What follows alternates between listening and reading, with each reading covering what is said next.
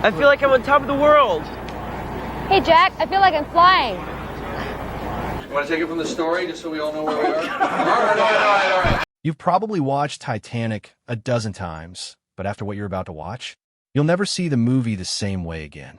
Titanic is definitely one of the most carefully crafted films in Hollywood history. Every shot, every costume, and every line was designed to feel authentic. But despite the obsession with perfection, there are multiple mistakes that made it past editing, and some of them are so unbelievable that when you see them, you'll understand why the producers try to hide them so badly. The Emergency Axe 21. The Emergency Axe glass mishap. There's a small moment during one of the most intense scenes in Titanic that most people miss on first watch. Rose is running through the flooding corridors, trying to survive. At one point, she stops at a fire emergency box that contains an axe behind a pane of glass. Rose smashes the glass and grabs the axe to help free Jack. Everything looks good until it doesn't. Because if you pay attention to the next few shots, something weird happens. A large part of the glass she just broke is suddenly back, fully intact, sitting there like nothing ever touched it. There's no sound of more glass breaking and no shot of it getting replaced. How did the glass just magically appear unbroken between cuts? This scene is definitely one of those blink and you miss it bloopers, but once you catch it, it's impossible to ignore. And shortly after this particular scene, another shocking blooper that'll make you question the logic behind the movie happens. Rose and the Rubber Axe 20. Rose and the Rubber Axe. During one of the most suspenseful moments in the film, Jack is handcuffed to a pipe in a rapidly flooding room. And after Rose grabs the axe, she proceeds to try and break the chain holding him. It's meant to be tense and emotional, but if you look closely, the scene includes a very obvious editing fail. First, Rose isn't positioned quite right. The way she's angled makes it clear that if this were real, she probably would have missed, and even worse, she might have gotten Jack's arm instead of the cuff. But that's not the only shocking part of this scene. As she swings the axe down, the head of the axe bends on impact and visibly flops. It turns out the axe was made of rubber, a standard safety measure for scenes like this. But it wasn't supposed to be that obvious on screen. The way it bends completely kills the illusion for a second.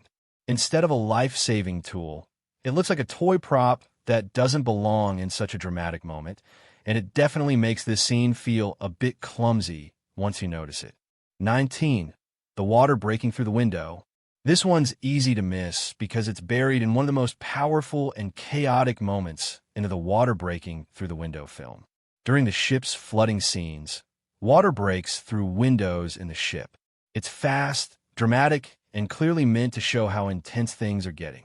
But if you rewatch it carefully, something strange happens. Those exact same 4 windows seem to get smashed by the water in 2 completely different ways. In one shot, the water crashes through the first window, the second, and the third before the last window. However, in another shot, the water enters through the first, second, and fourth before finally passing through the third.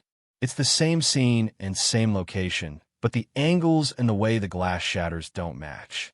And that's because the scene was actually filmed multiple times by the director, and rather than pick one version, the editors ended up using shots from different takes. Visually, the difference is subtle, but once you catch it, the change in water flow is obvious. Of course, it doesn't affect the story, but it does reveal just how many times these scenes had to be res hot for maximum drama. In the rush to piece together the best action, the continuity slipped and the water told on them. 18. Cameraman reflected in the glass door. Cameraman reflected in the glass door. This particular editing fail is probably one of the hardest to find, but once you see it, you can't unsee it. There's a scene where Jack steps into the upper class area of the ship for the first time. It's a big moment. He's about to enter Rose's world, and the camera shifts to show things from Jack's point of view. He's walking through elegant doors, admiring the polished interiors, and we, the audience, are supposed to feel like we're seeing it through his eyes. But if you slow it down and look closely at the glass door, there's something that shouldn't be there. It's a clear reflection of the cameraman appearing in the glass. It's not just a blur, but an actual silhouette with camera equipment. It happens quickly, but it's definitely there. This kind of blooper is common in movies that involve shiny surfaces, especially when they use practical sets instead of computer-generated imagery. But in a movie as polished and expensive as Titanic, it's surprising that this slipped through. It's meant to be Jack's point of view, but for a brief moment, it turns into a behind-the-scenes sneak peek. Disappearing suspenders 17. The disappearing suspenders, this one's easy to miss, unless you're really paying attention. During the intense scene, where Rose is trying to break the handcuff off Jack, there's a wardrobe continuity error that's easy to miss. In one shot, Jack clearly has his suspenders on over his shirt. But the moment Rose actually swings the axe and breaks the cuff, the suspenders are suddenly gone. Why the sudden fashion change in the middle of a life-or-death situation? Well, the answer is simple. They made use of stunt doubles. The shot where the cuff breaks wasn't done with Leonardo DiCaprio himself. It was a stunt performer standing in for him. And apparently, someone forgot to put the suspenders back on. So when the camera cuts to the next shot, Jack's suspenders magically reappear like they were never missing. This small detail completely breaks the flow of the scene, but will definitely crack you up when you realize it. The moving beauty mole 16. The moving beauty mole. Rose might have been flawless in every frame, but her mole, known to some as a beauty mark, not so much. If you pay attention to her face throughout the film, especially in close-up shots, you'll notice something strange. Her signature mole that adds a little extra glamour to her beauty shifts sides in different scenes. In some shots, it's on her right cheek. In others, it somehow ends up on the left. This is most likely the result of flipped film, a common trick used during editing to make the action flow better or match angles. But flipping the image means anything on one side of a person's face ends up on the other. It's not something the audience is supposed to notice, but once you catch it, it becomes oddly distracting. In a movie where everything was crafted to look perfect, a moving beauty mark is definitely a very clumsy editing fail that editors do not want you to catch. Visible wires 15. Visible wires during stunt fall. As the Titanic begins to break apart, passengers are thrown in every direction. It's total chaos, with people sliding down the deck, falling off railings, and hitting the icy water below. But in one of those dramatic moments, if you pause at just the right frame, you'll spot something that breaks the illusion. One of the actors being pulled downward by the force of the breaking ship is clearly attached to visible wires. The wires were meant to control the fall and keep the stunt safe, which makes sense. But they weren't supposed to be visible in the final cut. Somehow, in the rush of the scene and the fast editing, a few frames slipped through where the harness and wire are clearly noticeable against the dark backdrop. It's easy to miss, especially during your first watch, but this blooper definitely stands out, especially when you suddenly realize that the actor didn't get pulled by the ship, but by a rigging system off-screen. But apart from physical bloopers and editing fails, there are also theoretical fails in Titanic that are just as shocking as the physical ones. Some of these include storylines, comments, theories, and events that just don't add up because they're so historically inaccurate, and this next blooper is one of those. 14. Rose's Sigmund Freud reference. Rose is sharp, witty, and well-read. That's part of what made her so different from the world she came from. But one of her clever remarks actually trips up when it comes to historical accuracy. There's a clever little moment in the first-class dining room where Rose throws some serious shade while making a reference to Sigmund Freud. While dining with her uptight mother, her arrogant fiancé, Cal, and a few of the ship's elites, the conversation turns to the Titanic's name. Ismay proudly says it was chosen to represent size and strength. That's when Rose cuts in and asks him if he knows of Sigmund Freud, adding that his ideas about the male preoccupation with size might be of particular interest to him. It's a smart jab and a funny scene. Some people laugh, but Rose's mother is horrified. Ismay, completely missing the insult, asks if this Dr. Freud is a passenger on board. But here's the problem. That witty one-liner shouldn't have existed, at least not in 1912. Sigmund Freud hadn't yet published his theories connecting masculinity and size at that time, and those ideas only came out after the Titanic sank. So while Rose's comment was brilliant and way ahead of its time, it was also historically inaccurate. So while her iconic line adds a modern intellectual flair to Rose's character, it's a clear case of the screenwriters inserting the cultural knowledge from a different time into a 1912 world. Inaccurate red lipstick 13. Rose's era inaccurate red lipstick. Throughout the film, Rose stands out not just for her personality, but for her look, especially that classic red lipstick. It fits her bold, rebellious energy perfectly. But historically, that makeup choice would have raised more than a few eyebrows. In 1912, red lipstick wasn't seen as elegant or fashionable for upper-class women. In fact, makeup was often associated with actresses, dancers, and women from lower social classes.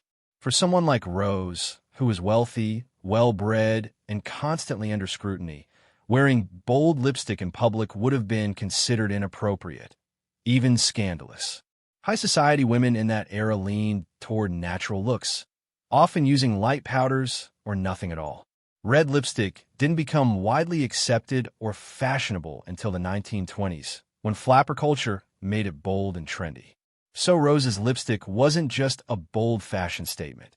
It was also a little modern flair added by the filmmakers to give her character more visual edge and appeal. It works beautifully on screen, but if you know your history, it's a subtle detail that doesn't quite match the time period. Visual effects errors 12. Visual effects errors in the ship shots. James Cameron poured everything into making Titanic feel real. And for the most part, he nailed it. But a few visual effects moments didn't quite hold up, especially when you look back with modern eyes. Let's start with the wide shots of the ship.